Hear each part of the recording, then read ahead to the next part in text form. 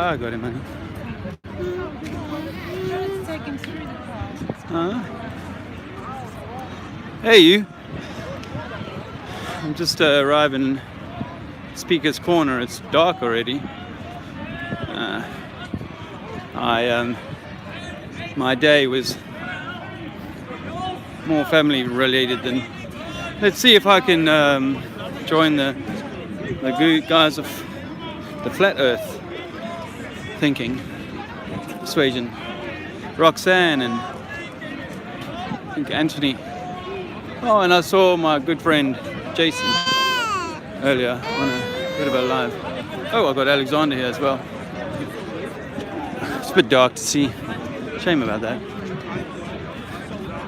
There's my friends from the police. Oh, look. Yeah, I love with you. I'll take him. There's actually quite a crowd. Friends, old friends, strangers. You want to go see that? He's more interested in that. That's what Alexander wants to go and do.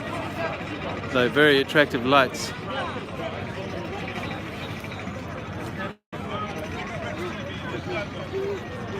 Well. It's Daryl. Kill the beast. And Ruben.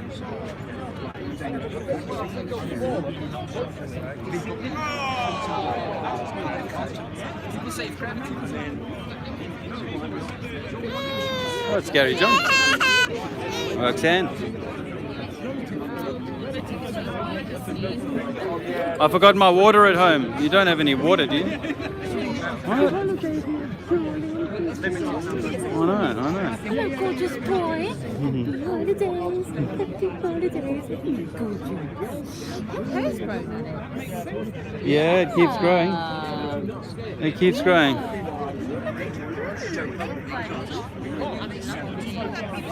Hey, Daryl. How you doing, brother? Nice to see you. Likewise. Hey, man. How are you going? I see you. Likewise. It's been a while. Thank you. How have you been? Yeah, I'm doing okay, yeah. Cool, man. Yeah. Researching a lot, knowing there are a lot of fake things around. A lot of fake things. Yeah. Delusion us. Have you come across? There is indoctrination. Yeah. Indoctrinating us to around here is the closest one. We don't have any more space to live in. But I think there is more into it. In 1960 they used to do space exploration, but they don't do it anymore. Why we have more technology now. We have better computers. Yeah. We have better airplanes and jets. Yeah. So now they don't talk about space and about the moon. Yeah. While they were talking in the 60s. So I think there is something behind it. I was just saying, Dave, the fact that there's so many different pieces to this puzzle. It's not just flat Earth, right? Right. You agree with me because I saw your speech at Bristol. Yeah. Right? What you did, you opened up to people about the moon landings, 9/11, Yes. right, all that sort of thing. Yes. And once people can see something like cures for cancer, vaccine damage. Vaccines. Damn. Yeah. And if people start to listen to you because they can relate to their son or their daughter all of a sudden becoming autistic, and again, you're opening their minds a little bit, and then everything moves to everything. Yeah, it does. But what I've discovered in 2018 is that there's so much, like, there's so many points of difference still. You know, people are still, take vaccines for example. There's people arguing and fighting for and against vaccines to this very day. There's students going and getting indoctrinated into GlaxoSmithKline's way of thinking or whatever to this very day and tomorrow as well. They got plans to continue doing it and to ramp that up. So And then don't forget we've got Tartaria, as I was telling this gentleman about. He's going Yeah. to go back and research Yeah, it that's now. very exciting. So it is, the whole picture is very important. Definitely. The story about mud Mud flood. M-U-D, like mud. like mud. Yes. What is about? If you, it's Basically, it's that we seem to have been inundated by a mud flood or a mud stream or a rising of the mud levels or something in most towns and cities in the UK and around the world, actually, because there's so much evidence that we've got buildings that are half submerged under mud, and they tell us that that's a cultural layer, or that people just threw their rubbish out into the street and then gave up on the ground floor and moved to the upper floor. Well, that's nonsense.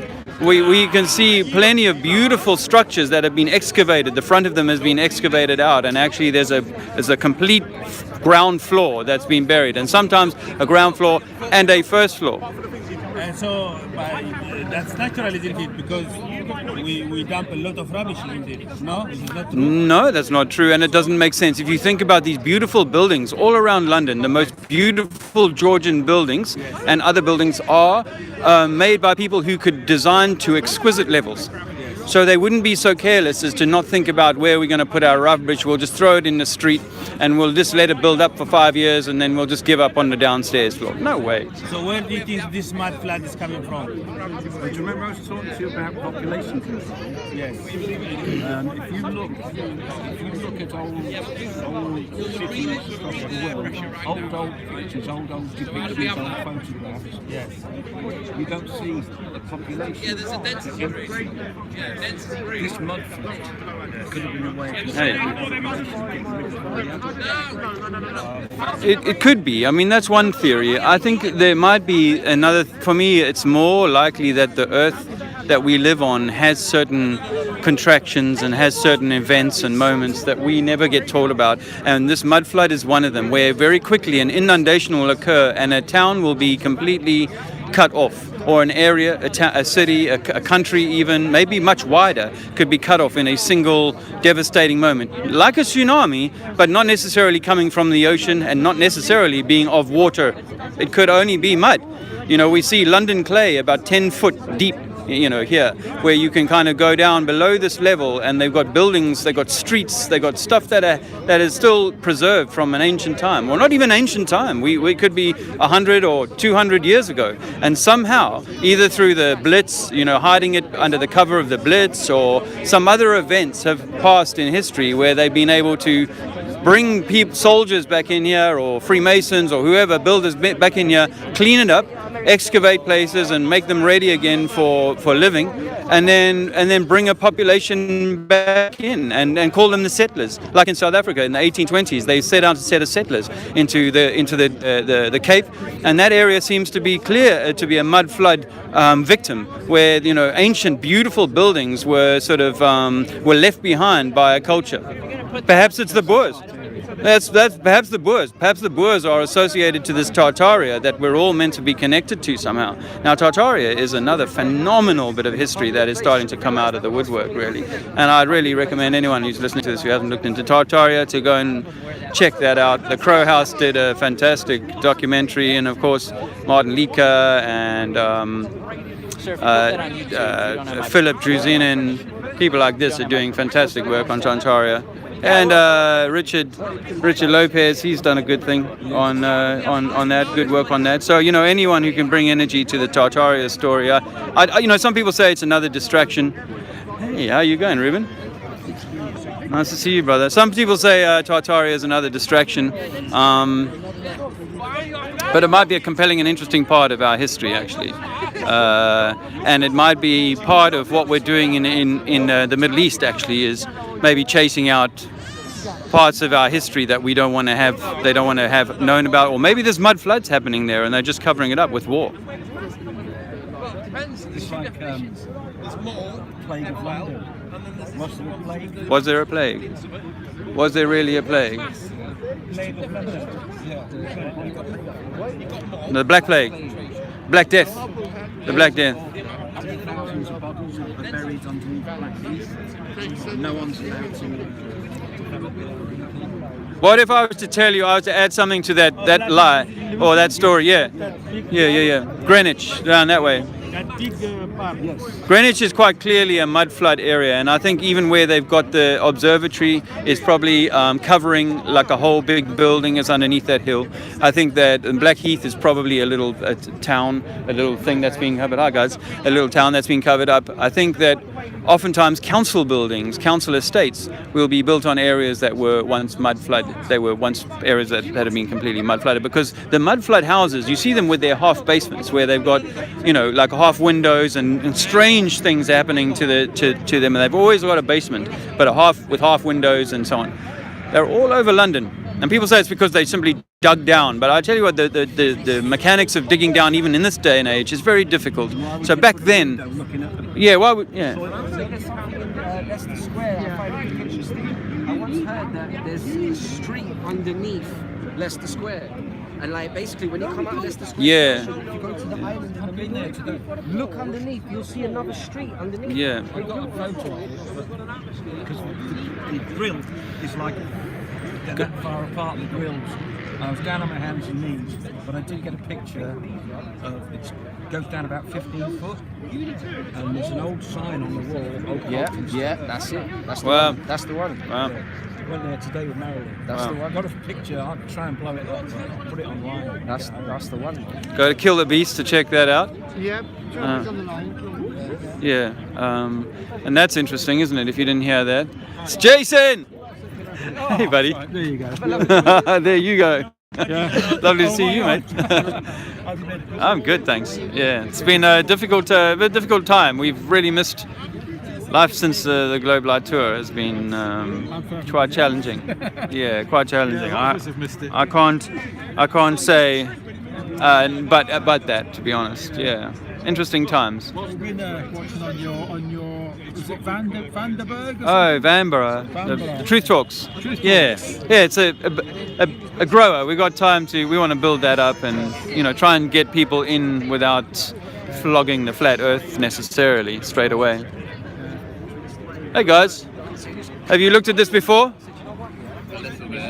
Have you? That'll be interesting then. How have you found it? Seems false to me. False? Okay, I'm interested in that. Why would you say that? Why do you think that? Pilots have... You don't mind if I film? I'm just on my little YouTube channel. That's okay.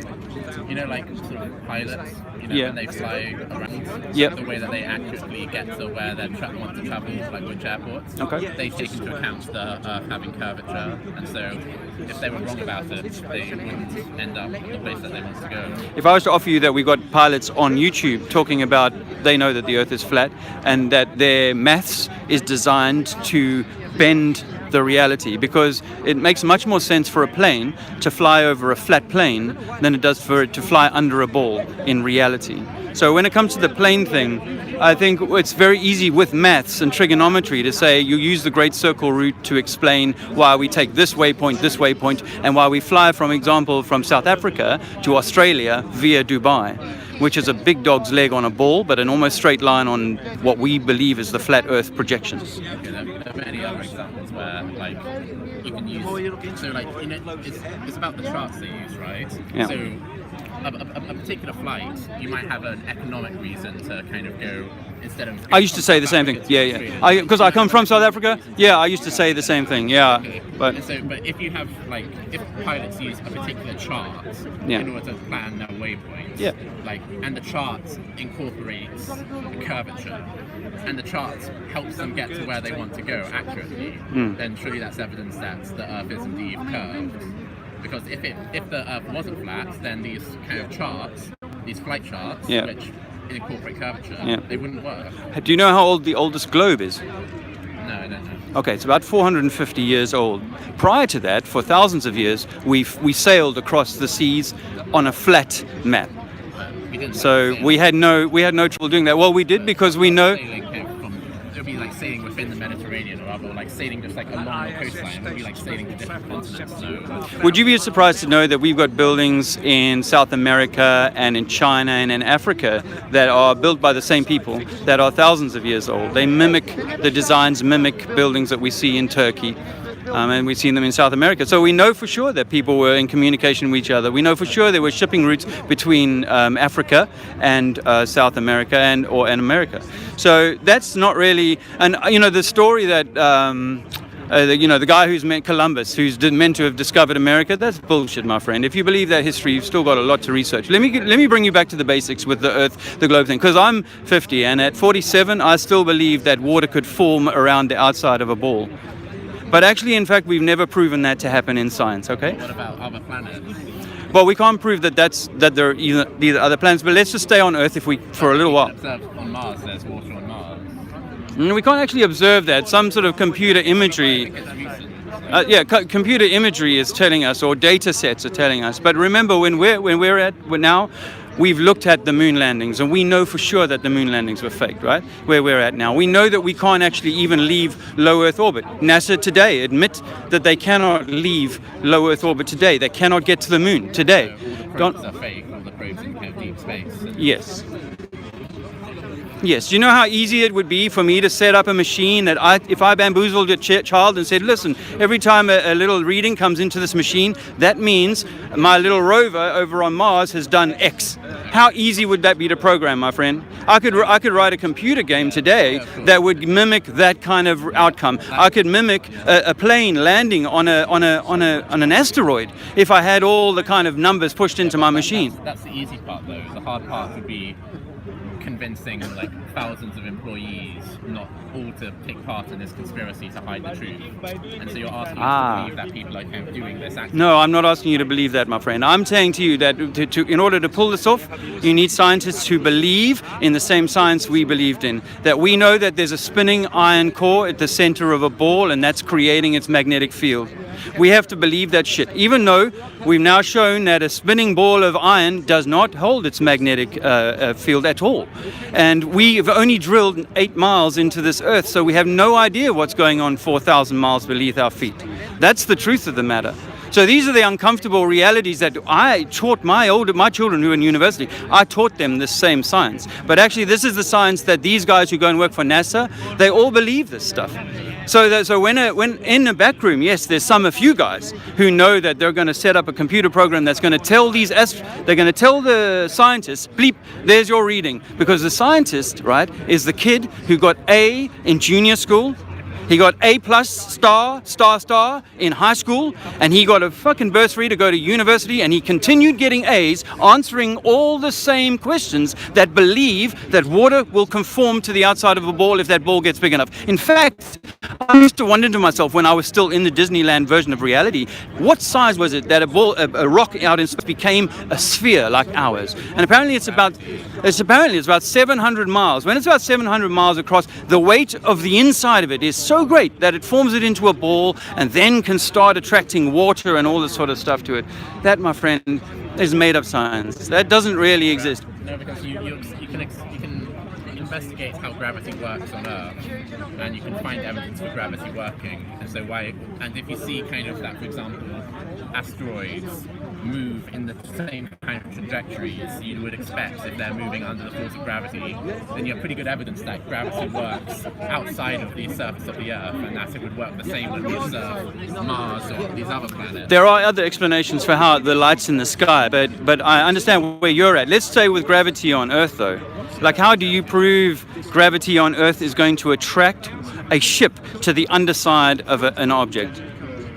You show that mass attracts mass, and you can show. We've never really done that very well. What's your example? So like it's basically you have like a kind of a pendulum that's under torsion. There's several different examples. One of them is that you have a pendulum kind of under torsion, and you make it very long, and you kind of like set it, and you set a mass near to one of the other ends, and very slowly kind of the two masses will attract. There's another example from, I think, Foucault's pendulum. You have like one where, when that's the spinning of the Earth, but like there are definitely examples that show that mass attracts mass, and that's what you need for gravity, and that's what you need. If you have enough mass, then you'll have enough attracting force that the water will stick to it from the bottom. Okay, well, I mean, I think the Foucault pendulum one we that's found the wrong one. where it's not a good one because, that's for but whenever the Earth but is spinning. apparently, but actually that would only really work is if it was right on the axis. Then if it was on the axis of the spin, it would kind of be able to do that round thing. But if it was anywhere else on a wildly spinning ball, it wouldn't take up that beautiful concentric round thing.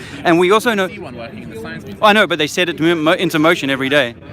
So it's not the Earth spin, because if that were true, then your cranes at night or weekend, hanging those long cranes with the balls at the bottom, they'd be hanging 30, 40 meters down, and they would start to pick up the Earth's rotation. No, I'm afraid that's not good enough, my friend. The cables are very stiff with a crane, and the cranes might be kind of moving in a kind of spirograph way, but no one's actually measuring it. Hi, how you going? I watched Trinity 4. Yeah. Good stream. Thanks, brother. Thank you very much. Nice to see you. I remember seeing you. Hey, man. How you going? Pendulum in the Science Museum. Yeah, every day. I believe so. But but you can only give like one push. Okay, you like lift it here and you let go, and then it has movement to go that way, then it swings and it comes back this way. There's no source of other momentum. In order to get it to do the spirograph, you have there to is. get it to turn No, around. there is And actually. So there isn't like a kind of small guy kind of giving small pushes to make it kind of gradually go round like a spirograph. All right. That's coming from the Earth rotating. Because if there was like some guy kind of giving us a small push to make it do the next part of the spirograph, then like your Have you come across the Michelson-Morley experiment? What's that? The Michelson-Morley experiments and Michelson and Gale, they were scientists that for 30 years at the turn of the century did the most high-tech experiments with an interferometer. They were doing these experiments with a view to try and prove once and for all that the Earth was turning. They couldn't prove that the Earth was turning, so they buried that. But what they did discover was that there was a 3 to 4 mile an hour movement in the ether. Now, this ether is a soup that we live in, but has been discounted by mainstream science for the last 80 years because of relativity and Einstein and so on. So there is actually an electromagnetic force in play, and we have been able to measure that, not only with the interferometer, but there are other means of measuring that we are actually in an electromagnetic universe. And the idea that it's all material, it's all hard bones and flesh and wood and so on, is something that you can start to let go of when you realize that we didn't come out of some big bang explosion, and that through the heat of stars collapsing and burning for billions of years, so the periodic table became developed, and then over time some of that coalesced into some masses, and then over more time some of that turned into water, which, by the way, we can't even make in the laboratory. We can't even make water. We don't know where water comes from, and yet 70. Well, that's what they say. But you can't put hydrogen and oxygen together in a lab and get water.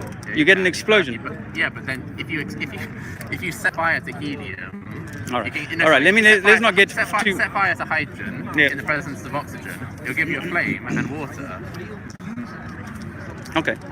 All right, I won't argue with you on that. I will say this, though, that to go back to my cosmology, right? Okay. The cosmology that we've got to believe in is that all of that came together, and then by random happenstance and collisions, then this chemistry became biology, became fish, became man. Monkey became man. Yeah, we're meant to believe all of that. And for me, I can stand here and argue with you all day long about whether or not we can make gravity work for us, and relativity and general relativity, and all these things work for us, and say these are the theories upon which we build our lives or build our sense of reality. And I did for 47 years do the same. And but now I've seen that actually it's an electromagnetic universe, and that we can be explained. I had a DMT experience 3 years ago, and that showed me that this materialist atheist view that I had of the world was completely wrong. And how did I come to be such a well-educated guy and so completely wrong? Well, because I had really gone along with the consensus science. I was a fan of Darwin, and I was a fan of Brian Cox and Krauss and what's his name in the wheelchair, Dawkins. I mean, all these guys were my heroes, trust me. And then I saw that actually we aren't material, but this is an electromagnetic universe, and everything everything is an electromagnetic negative positive polarity system that we're in. And what's the reason for physicists in universities all over the world believing in relativity rather than the luminiferous ether? Well, I think because it's we're all capable. As you'll see here, there's a lot of people arguing about religion, right? Now, these people here are, say, Muslim and Christian predominantly, and they represent about 3 or 4 billion people on Earth, right? Now, for every atheist here, they would say all of those 4 billion people have been duped into believing in something, right?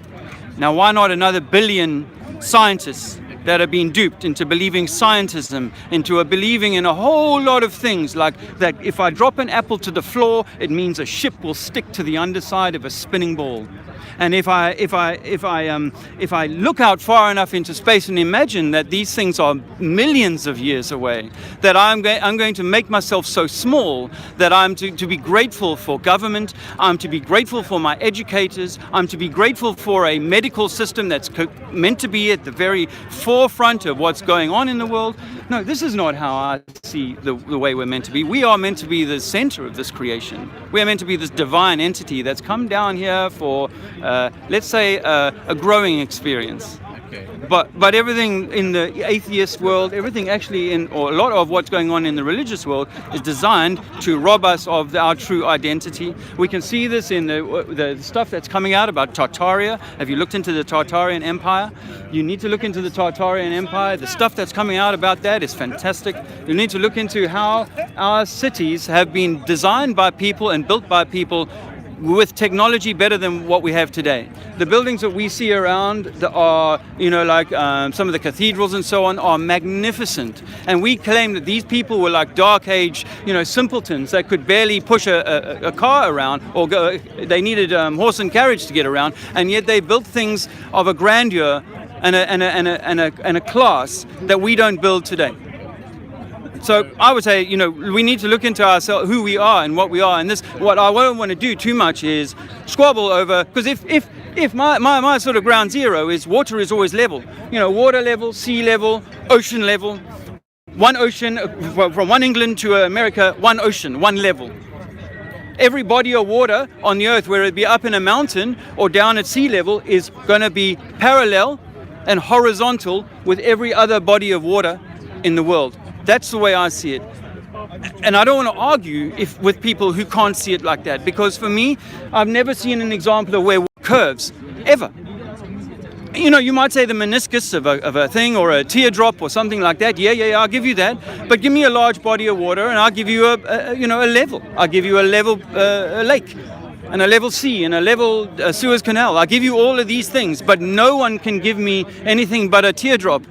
Those aren't actually level though, they're just very, very lightly small. They have a very small curvature. You can't measure the curvature because it's so small. You can't measure the curvature? Can I have a sip of your water? Can I have a sip of your water, please? No, but like over something like a large lake or something. A large lake isn't totally flat. It's actually very gently curved. Really? Large enough, yeah. Do you know that they make mirrors from over a body of water? It was a body of water. That's why we call it water level, because it is perfectly level. We can take a laser across a still body of water at just an inch or two off the body of water and measure it at an inch or two over the body of water on the other side. This is provable.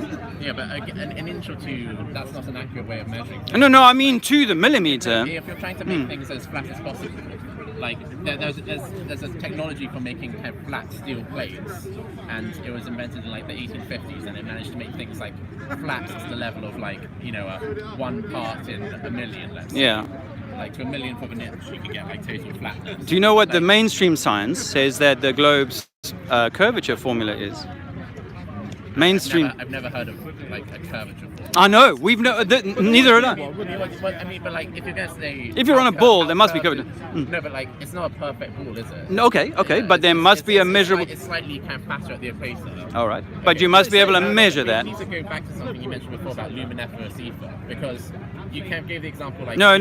That's too far back. Too far back. People can believe in like Christianity and Islam. Yes. Why can't people just believe in relativity rather than luminiferous luminiferous ether. Okay. But back in the turn of the 19th century, turn of the 20th century rather, luminiferous ether used to be a very popular opinion. Yes. It was only as a result of experiments that it became unpopular, because from experimental evidence, the luminiferous ether model was not supported by the evidence. Okay. And so instead, like, the evidence that was supported was the general relativity, special relativity. One might argue that they had to get rid of it. This is what we think, is that they had to get rid of the ether in order to allow for there to be this relativity to work. That's the bottom line. No, but who's they? Einstein yeah, no, was only one person. No. But Einstein is a part of the Illuminati. Yes. Well, no, but there is an establishment. There isn't a Royal Society for Science. All of this stuff is controlled. There isn't a way for you and I coming up with a theory and not getting it published without it going through the proper authority. At each stage, you're kind of asking us to believe in kind of a big conspiracy of people who want. No.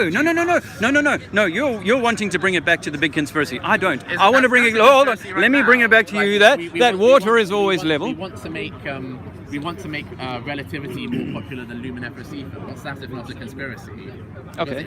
It would require like all these university Piltdown Man. I'll give you Piltdown Man was for many years believed to be real, and it turned out to be a hoax. The Piltdown Man. You need to look into that if you haven't already. Where they tried to say that they had found the missing link, and what they'd done is they brought together a jawbone of one animal and a human and this skull and so on. And look into the Piltdown Man. You're welcome to. And that was peer reviewed and signed off because they were trying to pull the whole Lucy story. They can tell us that Lucy the monkey is 2 million years old, or half monkey, and they can tell us that because we have no way of verifying it otherwise. But I want to bring you back, my friend, because if you've got to really, this is the thing that really caught my attention when I turned out that mainstream science says that the curvature on our Earth, no matter whether it's bulging in the middle and all that sort of hoopla, which is really straw man, where if we live on a blue marble, a globe, as they say that the curvature should be 8 inches in the mile squared. So you go away and find that. That's their measurement. Please, I've been saying this for 3 years, and no one's been able to say anything other than that. The truth is that this is there. You think about it. It's trigonometry. It's mathematics. You have to. If you just say for the sake of argument, we just made a circle, because we don't need to squabble over a few miles of bulge. We could say it's 4,000 miles of radius. If I travel from the 12 o'clock position to the 3 o'clock position, how much am I going to drop off from that position to the 3 o'clock position? And on this ball, I'm meant to drop off thousands of miles. And that's only in a quarter of the ball. And 1/4 of this ball is only 6,000 miles, the distance from here to South Africa. So in that time, I'm meant to drop 4,000 miles, apparently. That never happens because the plane gets to level. It just doesn't look like it's happening. No, because it's not happening. That's why it doesn't look like it. You've got to learn to trust your senses, young man. I'm telling you, we have had our senses robbed from us when we were young, when we were told that water can cling to the underside of a ball. Is it gravity taking the side? Gravity is a theory. It's never been, gravity's never been proven. So it's a theory that we built all of our science on. But really it's only demonstrated by picking something up and dropping it down. No, there are other experiments you can do. You can measure the constant, the gravitational constant. That's kind of you multiply the two. The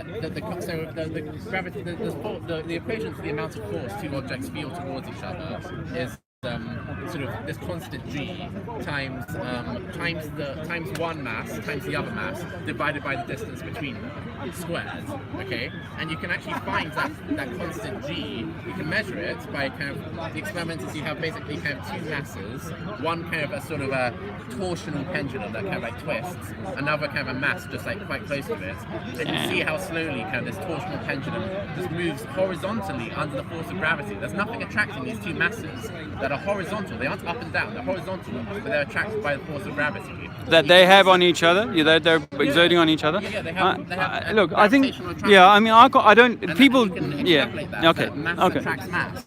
okay. That's why you believe in gravity. I would, no, well, I would, What do you consider to be proof apart from experiments? Yeah, an experiment. That's how you investigate things in science. You do experiments. And maths. That's like saying that Newton's Maths. laws of, Music theory works. that's like saying Newton's laws of motion are just a theory. Are just a Demonstration contraction. that theory works. Okay, you know. Well, it's only if it's demonstratable, then it's no longer theory; it's a fact or a law. Push a sled, yeah. Like let's say what goes up must come down, and that's like not a theory. That we can test that, right? You and I can pick something up and watch it run. It's kind of Newton's laws of motion is what kind of like is the name of that relationship, and so the way they measure that is they kind of like see how much force is needed to push an object of a particular mass to a particular speed, and you do that in a series of ways in a series of experiments, and then you kind of that gives you evidence. Dave, how you going, brother? Dave? I'm all right, man. Good. How are you? Good, mate, good. Cool. I just thought I'd break out of that conversation. It's going a little long-winded for me. Let's see what else is going on here. Hey, man. There's something about being the first Black American president. Yeah. Did it change the nature of American foreign policy in the world? No. Did it change? Did the incarceration of Black men go down? Nope. Nope. Went up. Yep. Right. Did it change police brutality against Black? Nope. None of these things changed, but we've got that high level of achievement, yeah. And so I believe that it's destructive for us to see ourselves as complicit with an oppressive system. Would you say there's anything about Obama that was symbolic? I have problems with this thing, yeah. I want to say I understand why people were inspired. I think that the symbolism didn't have substance, and so therefore it was deceptive. Yeah, I'm not going to take away from an individual's self-esteem. It's like if an individual saw Obama and said, you know what, he's inspired me to do that and so forth. I'm not going to take away from what that individual felt at that moment. I get it. Yeah, I understand what that was. Can I ask a question? Could I ask? Don't you think, though, that Obama got a whole group of people to believe in a system that's already deeply corrupt? Yeah, which is exactly what I'm saying.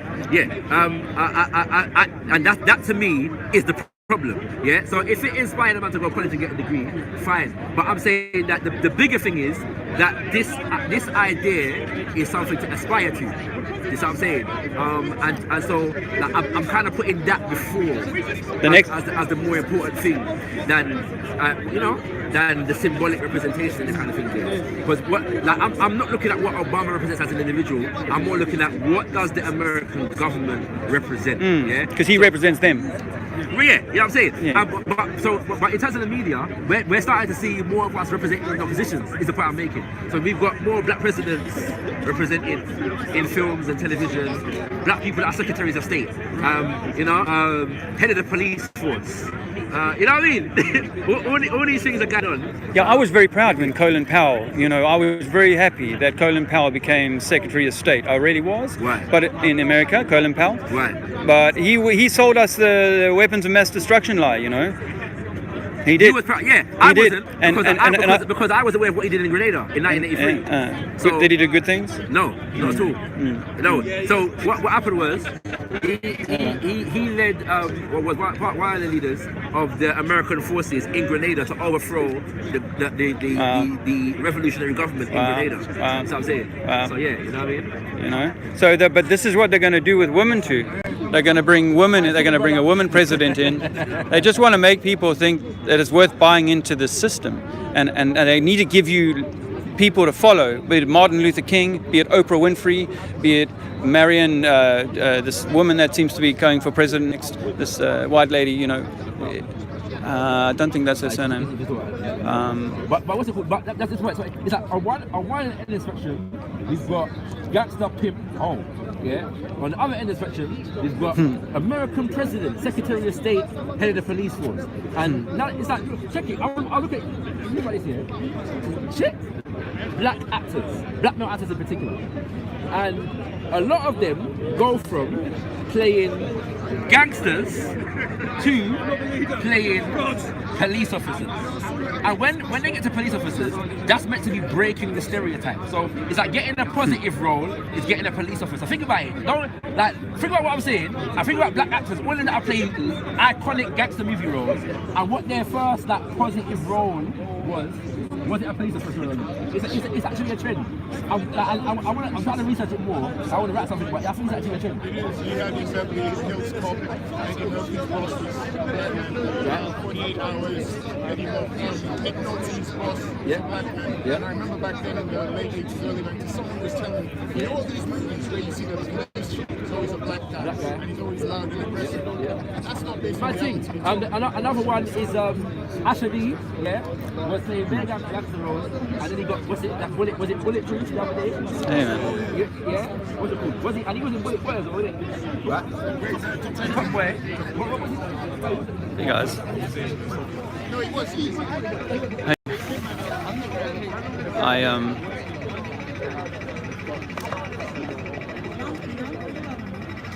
You know, one of the things that I'm thinking about a lot at the moment is, where do I go? What do I do? And I feel particularly exposed. Not because of, activism so much as because for the last 3 years, or coming up 4 years maybe now, I've resisted the system as much as I can, and I've burnt a lot of bridges along the way, and it starts to feel a little bit exposed when you realize that, we're meant to take this journey on our own, and we're meant to find a way of finding the heart. I want to find a way to talk tonight, but it may not happen.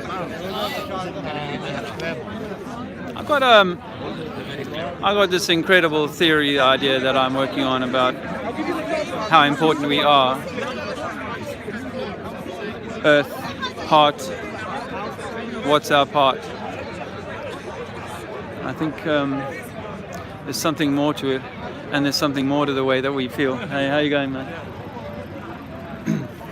I look a little bit like spaced out, man. I know. It's strange times. Thanks for dropping in, by the way, if you're in the chat. It's nice to have a few folks, yeah. There's not a lot of people around, unfortunately, tonight. Hey, bro. How you keeping? How have you been, man? You've been doing more of your own research?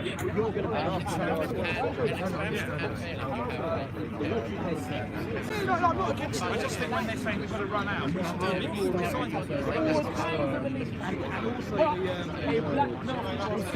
I think it's more logical On the globe? Yeah. Cool.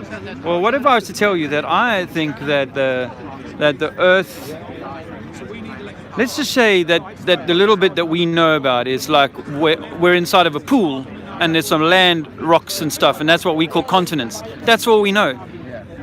Beyond that, I really claim no knowledge, but I'm working on this theory of this electromagnetic universe. Now, this is not my theory, but I'm just trying to develop this idea that actually... Even like thinking about even in this thing here, I mean, I told my friends that you said that you lost it or something because they think you're real. Yeah, I've had that.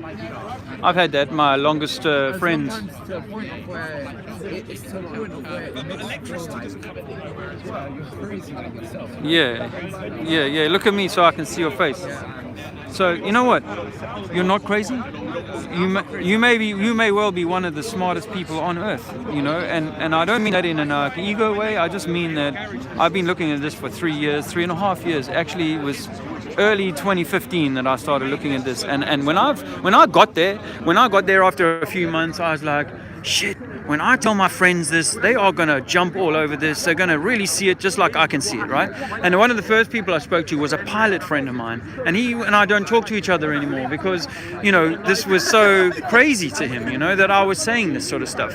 And so you haven't spoken to him ever since? Not ever since, but not for the last few years. And other people that I haven't spoken to for a long time, and my family that I barely speak to because, I really try to push the flat earth idea. I thought that people are going to wake up when you have someone like reasonably intelligent say to you, water cannot form in a ball, in a large ball. We have never seen water in a large ball.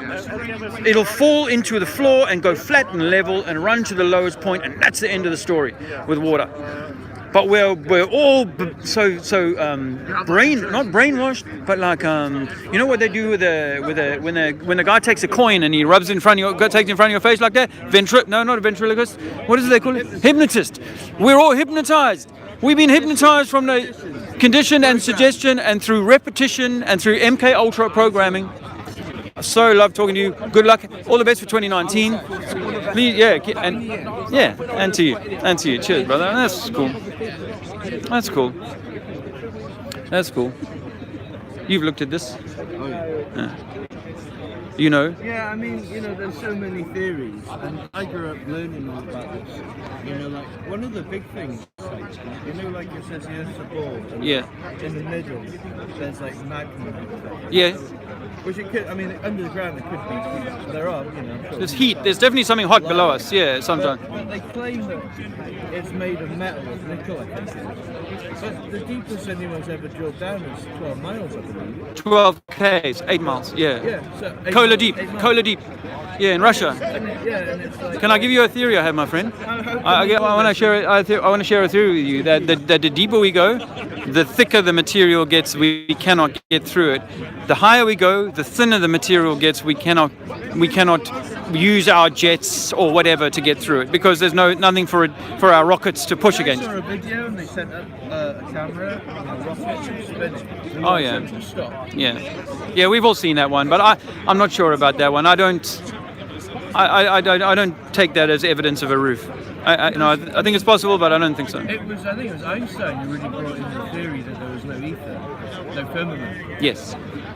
Well, I make a distinction between ether and firmament. I'd say if the ether is what we are standing in right now, this is ether all around us. It gets thinner as you go up, and then there might be a firmament, which is a solid barrier of a roof. And I wouldn't argue against that, but I'm open to any ideas on those sort of things because that's anything outside of my realm of, we can fly to 40, 50, 60, 70,000 feet. I know that. Maybe Felix Baumgartner to 120,000, 140,000 feet. I think that's possible. But I think he might have been the highest we've ever taken a human being outside of a capsule, actually. That's why they put so much effort into his suit and all that sort of shit. And then there's all those videos on YouTube about, hey, Rox. Moon landing and how it's been faked and all the rest. A funny thing happened on the way to the moon. Really curious. Very curious. And there's so many anomalies that we can't explain. And it's almost like saying, back in the day when we used to wash our hands by clothes, we used to do them quicker and faster and cleaner than all your technology does today, okay, that's not a bad analogy, but you get my point. It's like we had no technology back in the 1950s, and that's when they started the rocket program, late 1940s, early 1950s, and today, 150, 70 years later, we can barely, we're relying on Elon Musk and his FakeX. All that CGI stuff, they'll get a little rocket going off the launch pad and then SpaceX. Oh, Space Force is the Donald Trump initiative. Yeah, which is an interesting thing. It makes me think that why are they coming up with all this sort of crap? Do they need to keep pushing people down this line for another 5-10 years? I don't know. We were told that there's meant to be some sort of fake alien, deception coming our way. The thing is, a lot of the teachings that get taught at school, we take on faith. Yeah, faith. And there isn't really a gravity for all these things. Yeah. So growing up, you start to question things, and then you start to say, well, they taught that as fact. But in reality, how can they prove it? Yeah. There are no. So drilling down to the centre of the world being one of them. Yeah. 12 miles is the deepest, but Yeah. you're told the Yeah. earth is made of all this. Yeah, It's yeah, guesswork. yeah. Well, and there's a few billion people that are supported by these guys behind me that believe that the Virgin Mary gave birth to a dude who died and then 3 days later was alive again, and all that sort of hoopla. So, we believe in all that stuff. Jesus Christ. Oh, you do? Yeah, Oh, well, we don't necessarily agree on that then. But What was I? interesting what it says in the Bible about it, because it never says the earth goes down the sun. It No. says the sun in its circuit in Psalms. The sun comes up like a runner and goes across its course. Yes, yes. And, I think it was Isaiah, one of the prophets, commanded the sun to stand still. Yes, Hezekiah, yes, in the, yes, in the, yes, in the air. yes. And so, it doesn't. The Lord sits on the circle of the earth. And set on pillars. sphere. Yeah, set on pillars. And let me tell you, at 13, I knew that the earth was flat according to the Bible. And I rejected it because I got a lot of Bible study as a kid. And I said, no, to the priest, I said, it says that the earth is flat. And my science teacher says the earth is a ball. And I'm choosing science. And so when I found in 2015 that the earth was flat, I went back to the Bible. But other researchers had pointed me to this idea that actually we are Christ, and that the Christ is within each one of us, and that the story in the Bible is how you and each of us can be our own Savior. I believe Savior. the first part of that. I agree with the first part of it, because it says in the beginning, in John, it says in the beginning was the Word, and the Word was with God. God, and Yeah. it was God. Yeah. He was the light that lighteth every man.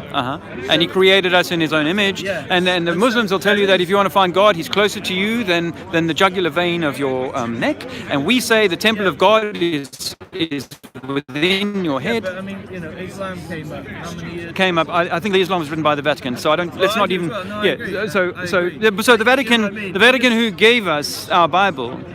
Remember, they're going to have poisoned the well. So if there was a man who once gave his teachings to the world and said, this is how you need to live your life, such that you might reach the Christ, you might reach the highest heights and so on, those teachings have been fiddled with. Well, I agree up to a certain point. Okay. And, you've got the Book of Kells, you've got the Syriac version. Yeah.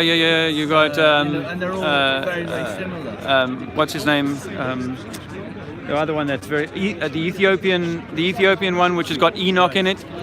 The Enochian Bible. Okay. The Enochian Bible. Yeah. So there's a lot of variables that for me, it's like I'm not going to take their book.